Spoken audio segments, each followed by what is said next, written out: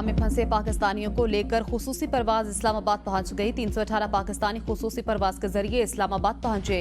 वफाकी वजीर मनसूबाबंदी एहसन इकबाल और सिफारती हुकाम ने इस्लामाबाद एयरपोर्ट पर बैरूत से आने वाले पाकिस्तानियों का इस्तकबाल किया। इस मौके पर गुफ्तगू करते हुए वफाकी वजीर एहसन इकबाल ने कहा, वजीर आजम की कोशिशों से पाकिस्तानी शहरियों का बैरूत के रास्ते से इनखला मुमकिन हुआ। शाम की सूरत हाल की वजह से पाकिस्तानी वहां महसूर हो गए थे। वजीर आजम ने महसूर पाकिस्तानियों को फौरन वापस लाने की हिदायत की।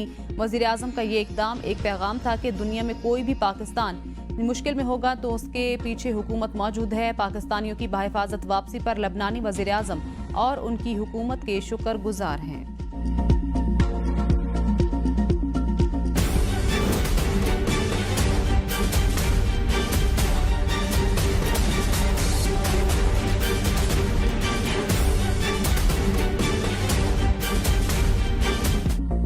दोनों का ट्रायल एक ही जगह होगा, ये नहीं हो सकता। एक का ट्रायल बाजोड़, दूसरे का जर्मनी में हो। फैज हमीद को बचाकर मामला कमर बाजवा पर डालने की कोशिश की जा रही है।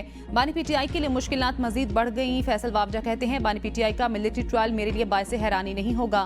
फैज हमीद का ट्रायल न होता तो बानी पीटीआई, उनकी बेगम और हवारियों को मुश्किलात न होती। पीटीआई की नई सोशल मीडिया मुहिम का नुकसान बानी पीटीआई को होगा। फैज हमीद की चार्जशीट के बाद सिविल नाफरमानी की तहरीक वैसे ही नाकाम हो गई। फैज हमीद के खिलाफ मजीद तहकीकात जारी। हुकूमत को चाहिए मुज़ाकरात करे और पीटीआई का हाथ पकड़े। बानी पीटीआई की सोच अच्छी है, अब वो मुज़ाकरात करने का कह रहे हैं।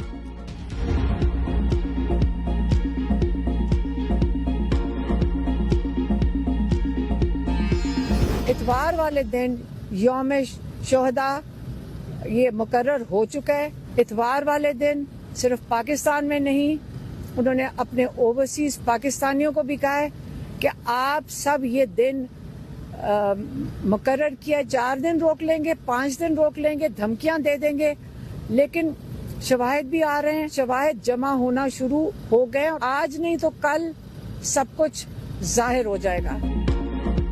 बानी पीटीआई पार्टी कयादत पर बरहम। अलीमा खान कहती हैं, यौम शोहदा मुकर्रर हो चुका, इस पर बात करें, लोगों को बताएं, इतवार के दिन यौम शोहदा में शिरकत करें। ओवरसीज पाकिस्तानियों को भी दुनिया भर में यौम शोहदा मनाने की हिदायत। शवाहिद आने शुरू हो गए, बहुत जल्द सब पता लग जाएगा।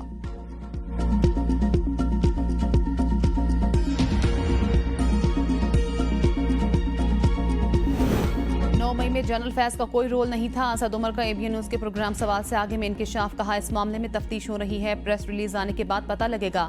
नहीं लगता बानी पीटीआई का मिलिट्री ट्रायल होगा। समझ नहीं आ रहा फौज को कैसे बानी का ट्रायल करना सूट करता है। जमातों के दरमियान मसाइल बातचीत से ही बेहतर होंगे। बातचीत शुरू होगी तो कोई हल निकल आएगा। ख्वाजा आसिफ के बयान से लगता है सियासी बोझ फौज पर डाला जाए।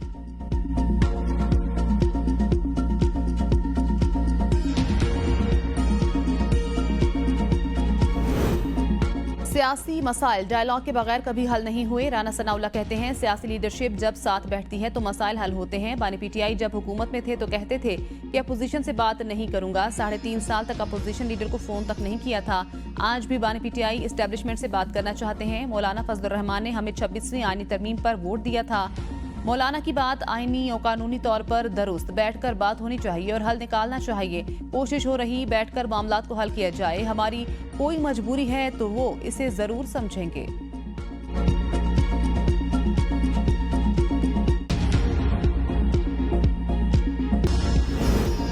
मुज़ाकरात के लिए मुझे अप्रोच किया गया तो सहूलतकार का किरदार जरूर अदा करूंगा। स्पीकर कौमी असम्बली अयाज सादे कहते हैं, फैसला करने में मेरा किरदार नहीं होगा। ये मैंडेट हुकूमत और इत्तेहादियों के पास है। अपोजिशन के हुकूमत से बराह रास्त मुज़ाकरात हो जाएं तो अच्छा होगा। हुकूमत और अपोजिशन के पास ये मैंडेट है, वो किस तरह इस मसले का हल करते हैं। जहां नेकी का काम हो वहां अपना हिस्सा जरूर डालूंगा। मेरे पास आएंगे तो हुकूमत को बताऊंगा ये बात करना चाहते हैं। समझता हूं बातचीत करने में तो कोई हर्ज नहीं।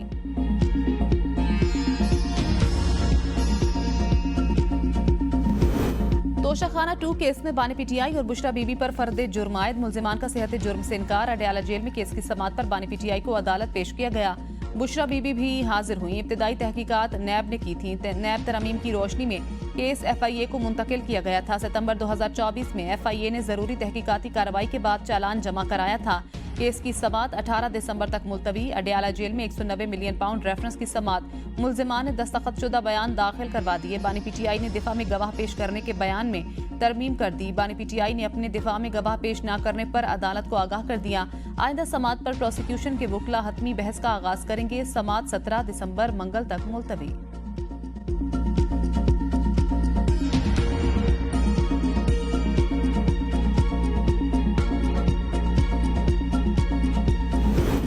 साबिक वज़ीर आला पंजाब के प्रिंसिपल सेक्रेटरी मोहम्मद खान भट्टी रिहा। मोहम्मद खान भट्टी को सर्विसेज अस्पताल से रिहा किया गया। एंटी करप्शन अदालत ने जमानत मंजूर की थी।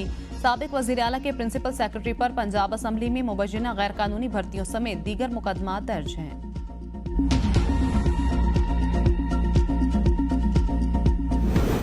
मुज़ाकरात करना अच्छी बात, मसाइल हल होते हैं तो बेहतर है। अगर हुकूमत और पीटीआई के मुज़ाकरात हो रहे हैं तो ये अच्छी बात है। मौलाना फजलुर रहमान की प्रेस कॉन्फ्रेंस, कहा सरकार ने बात ना सुनी तो सड़कों पर आएंगे। नवाज शरीफ, आसिफ जरदारी इस वक्त दोनों एक पेज पर दिखाई दे रहे हैं। मिसाल मौजूद है, जब साबिक सदर आरिफ अलवी ने दस्तखत नहीं किए तो उस वक्त हुकूमत ने नोटिफिकेशन जारी कर दिया था। हमारी शिकायत सिर्फ ऐवान सदर और वज़ीर आज़म से है। मदारिस की रजिस्ट्रेशन को गैर जरूरी तौर पर गंभीर बनाया जा रहा है। 26वीं आईनी तरमीम के दौरान मदारिस बिल पर काम हो रहा था। बिल पर कराची और लाहौर में भी मुशावरत हुई। हमें किसी मदरसों की तंजीम, उलमाए कराम से कोई शिकायत नहीं। मामले को उलझाया गया। अच्छे भले दानिशवर भी कंफ्यूज हुए। ड्राफ्ट की तैयारी में नून लीग, पीपी दोनों शरीक थी। इस ड्राफ्ट पर सदर आसिफ अली जरदारी ने एतराज क्यों किया? सारा नजला हम पर क्यों गिर रहा है? हमारा तो कोई झगड़ा ही नहीं।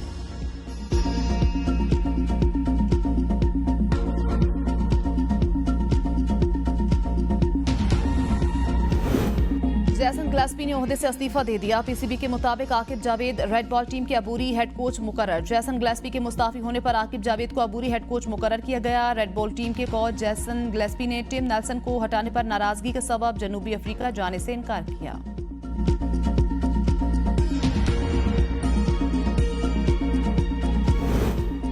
मिलिट्री कोर्ट्स में सिविलियन का ट्रायल कलअदम करने के खिलाफ हुकूमती अपीलों पर समाअत। 9 और 10 मई वाकयात की FIRs की तफसीलात तलब। जस्टिस जमाल मंदुखैल ने रिमार्क्स दिए, जो शख्स आर्म फोर्सेज में नहीं वो उसके डिसिप्लिन के नीचे कैसे आ सकता है। मिलिट्री कोर्ट्स का पूरा केस आर्टिकल 8 के गिर्द घूमता है। जो शख्स फौज में नहीं वो उसके डिसिप्लिन के मातहत कैसे हो सकता है।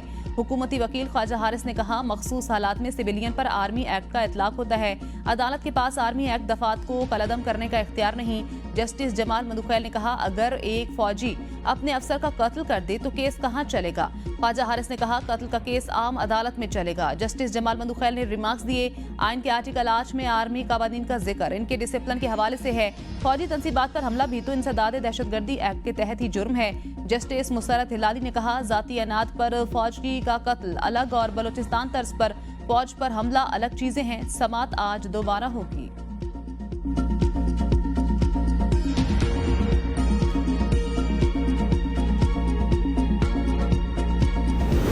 अभी मुज़ाकरात शुरू नहीं हुए, ताहम सबके साथ मुज़ाकरात को तैयार हैं। अपोजिशन लीडर उमर अयूब की मीडिया से गुफ्तगू, कहा स्पीकर से मुज़ाकरात पर कोई बात नहीं हुई। अगर स्पीकर मुज़ाकरात कराने में मुस्बत किरदार अदा करें तो अच्छी बात है। जब तक सियासी मुज़ाकरात आगे नहीं बढ़ेंगे मुल्क तरक्की नहीं कर सकता। हमारा मौक़िफ़ है, जो भी हमसे बात करना चाहे बस वो बाइख्तियार हो। PTI ने उमर अयूब को मुज़ाकराती कमेटी का सरबराह बना दिया। मुज़ाकरात के लिए यकतरफा शराइत कबूल नहीं, आपके फैज़जाब होने का वक्त गुजर चुका। शहरी रहमान का सेनेट इजलास में खिताब, कहा PTI ने 9 मई को जो किया वो किसी सियासी जमात ने नहीं किया। बानी PTI को सेल में रखने पर कोई एतराज नहीं। आपका लीडर कहता है मैं हूं तो सब कुछ है।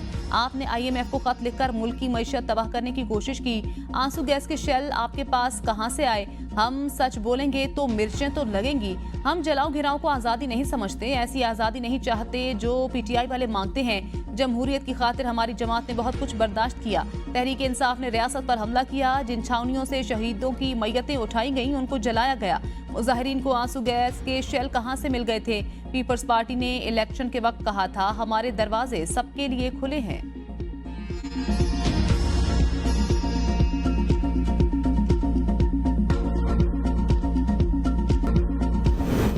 आदिल बाज़ई को डीसीट करने का इलेक्शन कमीशन फैसला कलअदम। सुप्रीम कोर्ट ने आदिल बाज़ई को बतौर रुकने असम्बली बहाल कर दिया।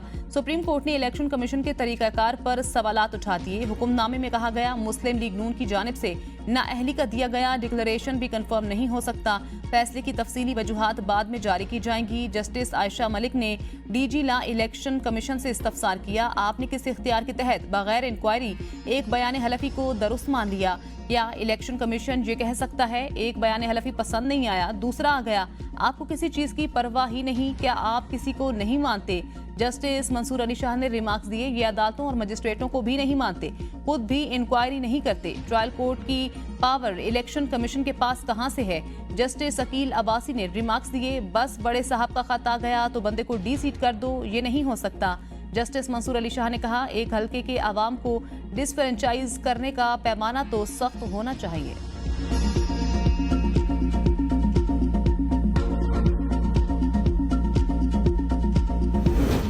आइंदा साल पाकिस्तान की माशी शरह नमो 3% तक होने का इम्कान, महंगाई की शरह मजीद कम होकर 10% तक आने की पेशगोई। एशियाई तरक्याती बैंक ने एशियन डेवलपमेंट आउटलुक रिपोर्ट जारी कर दी। रिपोर्ट के मुताबिक अफरात ज़र के दबाव में तवक्को से ज्यादा तेजी से कमी आई। महंगाई में कमी से मॉनिटरी पॉलिसी को मजीद कम किया गया। नर्म मॉनिटरी पॉलिसी से माशी सरगर्मियों की बहाली को तकवीत मिलेगी। IMF तौसी फंड सहूलत प्रोग्राम के तहत बाद माशी मालियाती इस्तेहकाम आया। सरमायाकारों का एतमाद बहाल हो रहा है। कारोबारी एतमाद में इजाफे से सनती पैदावार भी बढ़ने का इम्कान है। माली साल 2025 में बड़ी फसलों की पैदावार मुतासर होने का खदशा है।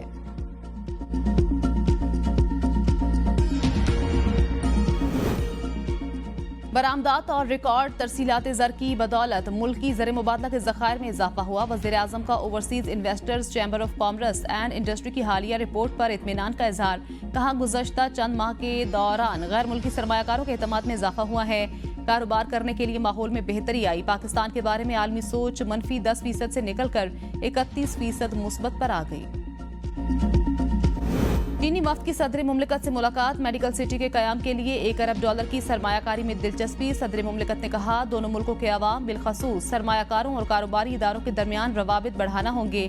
गवादर पोर्ट को इलाकाई तिजारती और इक्तसादी मरकज के तौर पर तरक्की देना मेरा विजन था। गवादर बंदरगाह से न सिर्फ इलाकाई रवाबित बेहतर होंगे बल्कि इलाकाई तिजारत और इक्तसादी ताउन को भी फरोग मिलेगा। पाकिस्तान चीनी सरमायाकारों को खुशामदीद कहेगा। पाकिस्तान चीन के साथ इक्तसादी ताल्लुकात और कारोबार को तरजीह देगा। चीनी वफ्द का ज़राअत, लाइव स्टॉक, तवानाई, ट्रांसपोर्ट और मैन्युफैक्चरिंग में सरमायाकारी में दिलचस्पी का इजहार। चीन ने तेजी से तरक्की की, चीन के तजुर्बात से इस्तेफादा करना चाहते हैं। वज़ीर आला पंजाब मरियम नवाज का शंघाई में मौसमियाती तब्दीली पर कॉन्फ्रेंस से खिताब। चीन ने माशी मुआवजा कर दिखाया, चीन की तरक्की दूसरे मुल्कों के लिए मिसाल है। चीन के इश्तराक से पंजाब में मुख्तलिफ मंसूबों पर काम जारी है। पाकिस्तान को मौसमी तब्दीली के चैलेंज का सामना। पाकिस्तान को स्मोग से बदतरीन सूरत हाल का सामना करना पड़ा। स्मोग में कमी पर काम कर रहे हैं, इस पर भी चीन के तजुर्बे से फायदा उठाना चाहते हैं। मरियम नवाज का शंघाई एक्सपेरिमेंटल स्कूल का दौरा, मुख्तलिफ शोबों का मुशाहिदा, AI बारे दरियाफ्त किया। स्कूल के बजट, निसाब, तरीका तालीम और एक्सपर्ट टीचर के बारे में भी पूछा।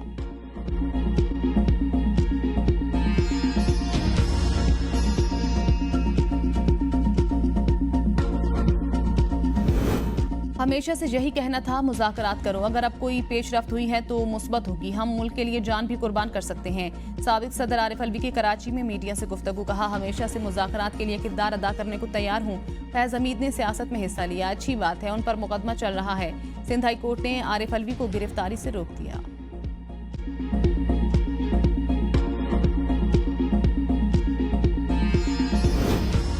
बुशरा बीबी डी चौक बारे सवालात पर खामोश, सहाफियों के सवालों के जवाब न दिए। वजीर इत्तलात पंजाब अज़मा बुखारी की बुशरा बीबी पर तनकीद।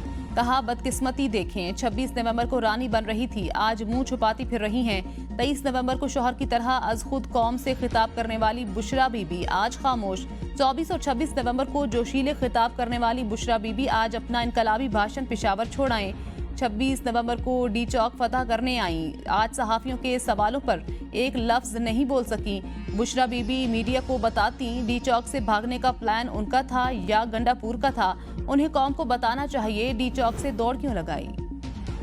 अपोजिशन लीडर कौमी असम्बली उमर अयूब खान से human rights commission of Pakistan के वफ्द की मुलाकात में कमीशन मेंबरान को 24 से 26 नवंबर के एहतजाज पर ब्रीफिंग। उमर अयूब ने कहा, वर्कर्स और लीडर्स पर सीधी गोलियां चलाई गईं, जो इंसानी हकूक की खिलाफ वर्जी है।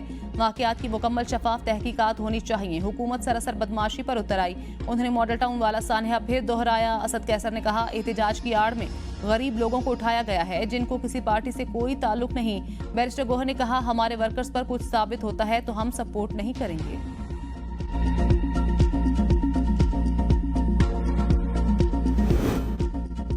कौमी असम्बली और सेनेट के इजलास से वुज़रा गैर हाजिर। डिप्टी स्पीकर कौमी असम्बली का वज़ीर आज़म को खत लिखने का फैसला। असद कैसर ने कहा, वक्फे सवालात जारी हैं और पूरा ऐवान खाली है, कोई वजीर मौजूद नहीं। सैयद नवीद कमर भी वुज़रा की अदम मौजूदगी पर बरहम। कहा, काबीना मजमूई तौर पर असम्बली की जिम्मेदार है, वुज़रा की आईनी ड्यूटी है ऐवान में मौजूद हूँ। हुकूमत गैर संजीदा है, इस तरह ऐवान नहीं चलेगा। सेनेट इजलास में वुज़रा की गैर हाजिरी पर पीपल्स पार्टी और जेजुआई का एहतजाज। वुज़रा को मुअत्तल करने का मुतालबा। चेयरमैन सेनेट ने कहा, वज़ीर तबन्नाई वज़ीर आज़म के साथ इजलास में मसरूफ हैं। हैरत है, ऐवान में किसी वजारत का पार्लिमानी सेक्रेटरी मौजूद नहीं।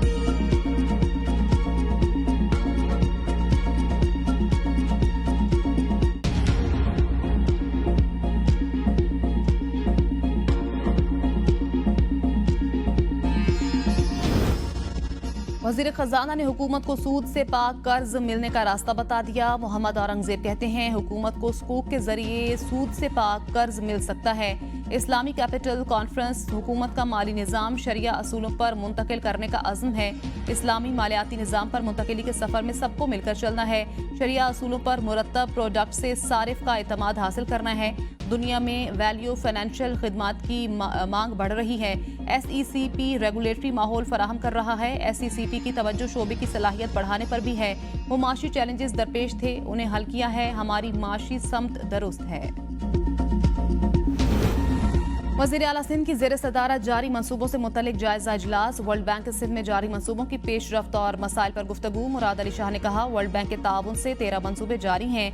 333 स्कूलों में से 132 की मुरम्मत के लिए कॉन्ट्रैक्ट दिए जा रहे हैं। समाजी तहफ़्फ़ुज़ यकीनी बनाने के लिए मंसूबा $200 मिलियन से शुरू किया। ज़रूरी स्टाफ की भर्ती के लिए वर्ल्ड बैंक को तजावीज़ भेज दी। हुकूमत सबको सरकारी मुलाजमतें नहीं दे सकती, निजी शोबों में मौक़े फराहम किए जा सकते हैं। नौजवानों को बैनुल-अक़वामी सतह पर तस्लीम शुदा डिग्रियां देने पर काम कर रहे हैं। वज़ीर आला अली अमीन गंडापुर का पेशावर में एहसास हुनर प्रोग्राम और दीगर स्कीमों के इजरा की तकरीब से खिताब। कहा, नौजवानों को बाइख्तियार बनाने के लिए उन्हें बारोजगार बनाना लाजमी है। बदकिस्मती से माजी में फ़नी तालीम के शोबे पर खातिर ख्वाह तवज्जो नहीं दी गई। हम अपनी आमदन बढ़ाकर अपने नौजवानों पर सरमायाकारी करेंगे। वज़ीर आला बलोचिस्तान सरफराज बुगटी की ज़ेर सदारत इजलास। बलोचिस्तान एजुकेशन एंडोमेंट फंड की मजमूई कारकर्दगी का जायजा। सरफराज बुगटी कहते हैं, तालीम सूबाई हुकूमत की तरजीहात में सर फहरिस्त। शहदा के खानदानों को स्कॉलरशिप प्रोग्राम से मुस्तफीद करेंगे।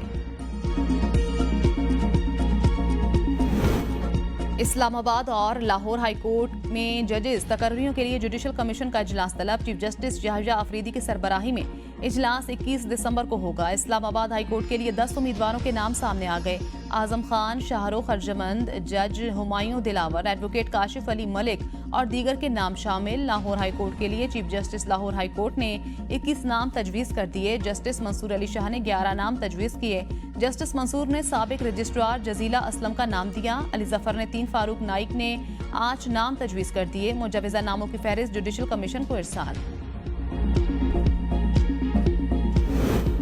मारूफ आलिम दीन पीर सैयद इजहार शाह बुखारी इंतकाल कर गए। इजहार शाह बुखारी काफ़ी दिनों से अलील थे। इजहार शाह बुखारी चेयरमैन अमन कमेटी रावलपिंडी भी रहे। नमाज जनाजा दिन 3 बजे।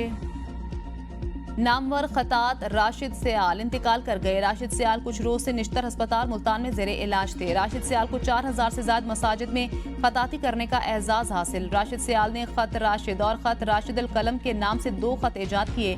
सैकड़ों किताबों के सरवर्क भी डिजाइन किए। नमाज जनाजा आज 3 बजे अदा की जाएगी।